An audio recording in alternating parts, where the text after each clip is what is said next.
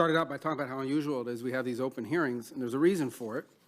The members of this committee on a regular basis review some of the most sensitive intelligence, both intelligence and the products that come from them that this government has available to it.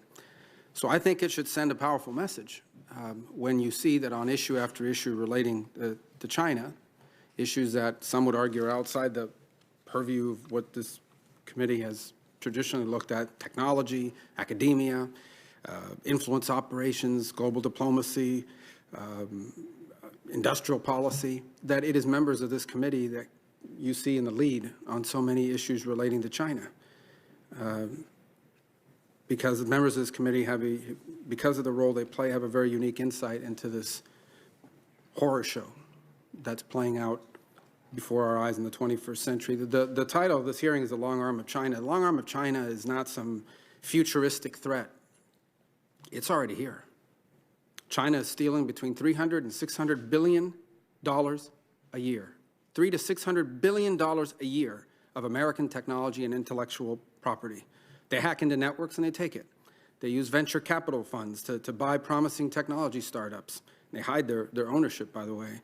They partner with universities on research, and then they steal that research, often research whose seed funding came from the U.S. taxpayer. They force American companies doing business in China to give the technology over to them. And I think the other thing most people don't realize is China already has tremendous influence and control over what Americans are allowed to say or hear about them or many of the other issues in the world. Hollywood is so desperate, for example, to have their movies shown in China that Hollywood won't make a movie that the China communist censors don't approve. The U.S. corporations are so desperate to have access to the Chinese market that they'll lead costly boycotts of a state, an American state, that passes a law that they don't like, but they don't dare say a word about the fact that as we speak, genocide is taking place against Uyghur Muslims. American companies have actually fired Americans who live in America for saying or writing something that China doesn't like. There's some examples here that are pretty stunning. 2019, China suspended business ties with the NBA because the general manager of the Houston Rockets expressed support for Hong Kong democracy protests. 2019, Apple removed an app that enabled protesters in Hong Kong to organize following CCP pressure. In 2019, an American company, Activision Blizzard, suspended a gamer and took away his prize money for voicing support for Hong Kong protesters. In 2018, Marriott fired an employee that ran a social media account because he liked a Twitter post from a Twitter account applauding Marriott for listing Tibet as a country rather than as part of China, and he was fired after that. 2018, Gap made a shirt with a map of China, and it didn't include Taiwan. They apologized for it, and they removed the shirt from its stores. Now, maybe you think that shirt thing is trivial. I don't think people getting fired is trivial, apps getting trivial, these other things. These are just one of a handful of many, and this is already happening. So in conclusion, I'd say two things. The first is Chairman is absolutely right. This is not about the Chinese people, or especially not about Chinese Americans, okay? My parents came from Cuba. I live in a community filled with Cuban Americans. It would be unfair to blame Cuban Americans for the atrocities of the Cuban regime, and it would most certainly be unfair to blame the Cuban people for the horrifying actions of the regime that controls that enslaved island. Likewise, the biggest opponents of the Chinese Communist Party on the planet happen to be Chinese. Many live here, many in other parts of the world, and many under their oppressive thumb. So this is not about the Chinese people. It is about a Communist Party, and it is time to wake up. Today, China is already carrying out the biggest illegal wealth transfer from one nation to another in the history of mankind. Today, the Chinese Communist Party has more control over what Americans can say, what we can hear, what we can read, what we can watch, than any foreign government has ever had in our history. And they have weaponized our openness.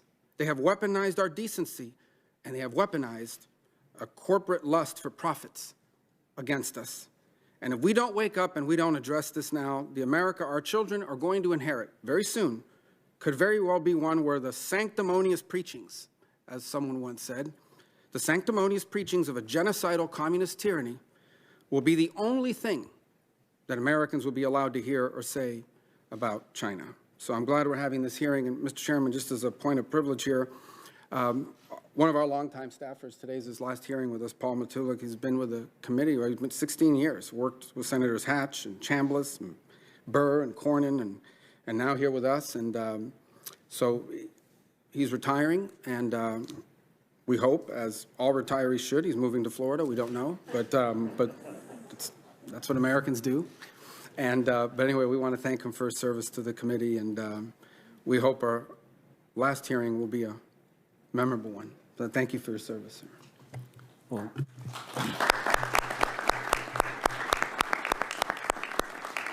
let me echo that, and this was a subject of quite a bit of focus yesterday in our closed hearing, where he went into some of Paul's behavior and linguistic abilities.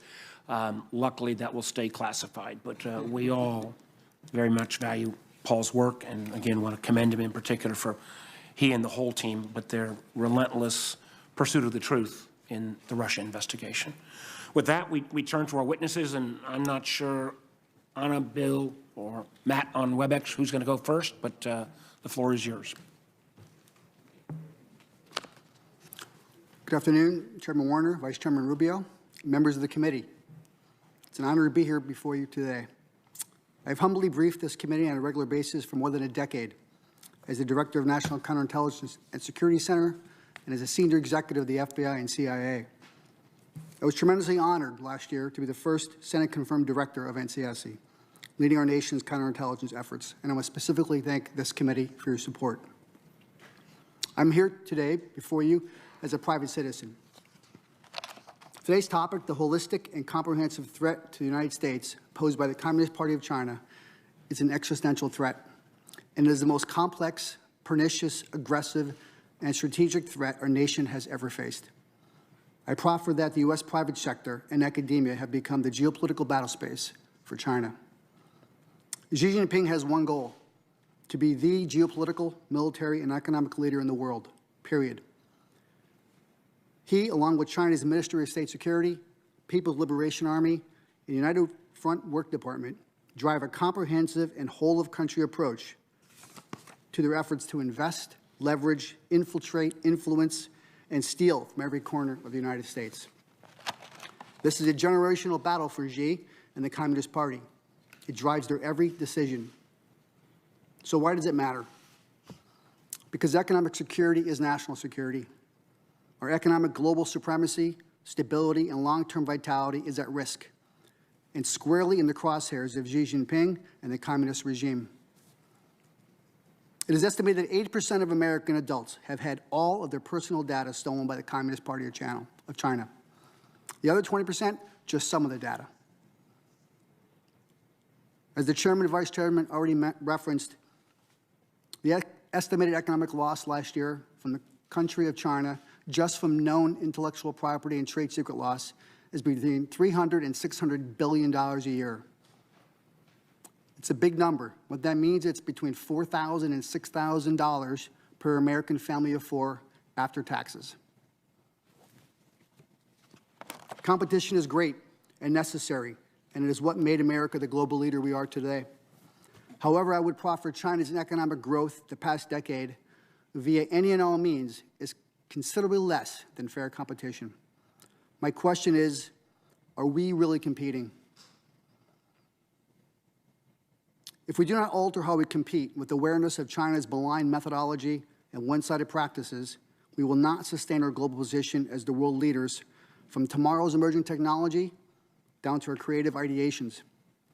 We must create a robust public-private partnership with real intelligence sharing, while at the same time staying true to the values, morals, and rule of law which made America the greatest country in the world.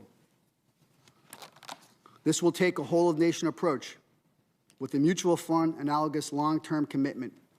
Such an approach must start with a contextual awareness campaign, reaching a broad audience, from every level of government to university campuses and from boardrooms to business schools. The why matters. As an example, Huawei is a national security threat to the United States. This committee is aware of that. But we do not effectively explain to America why.